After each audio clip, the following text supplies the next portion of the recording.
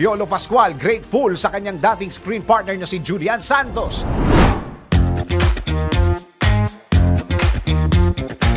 Para sa aking balitang showbiz, malaki ang pasasalamat ni Piolo Pascual dahil nakapartner niya on screen si Judian Santos. Ayon sa aktor, naging mainstream actor siya dahil kay Juday. Ang dalawa ay una nagkasama sa teleseryeng Esperanza, kung saan pagkatapos ng nasabing teleserye ay inulan na raw siya ng offer. Kabilang na dito ang Sa Puso Ko Iingatan Ka, Bakit Di Totohanin, Till There Was You at Don't Give Up on Us. Malaking bagay din naman ang pagkakasama niya sa teleseryeng Starting Over Again, ang teleserye nila ni Tony Gonzaga, dahil ito mano ang time na nagbabalak na siyang mag-quit sa showbiz. Nag-iisip na raw siya na magbago ng trabaho at bumalik na lamang sa States, pero dahil sa nasabing teleserye, kung kaya't nag-decide ulit siya na manatili sa Pilipinas. Kung sakali umanong wala siya sa showbiz ay siguradong nasa real estate business siya.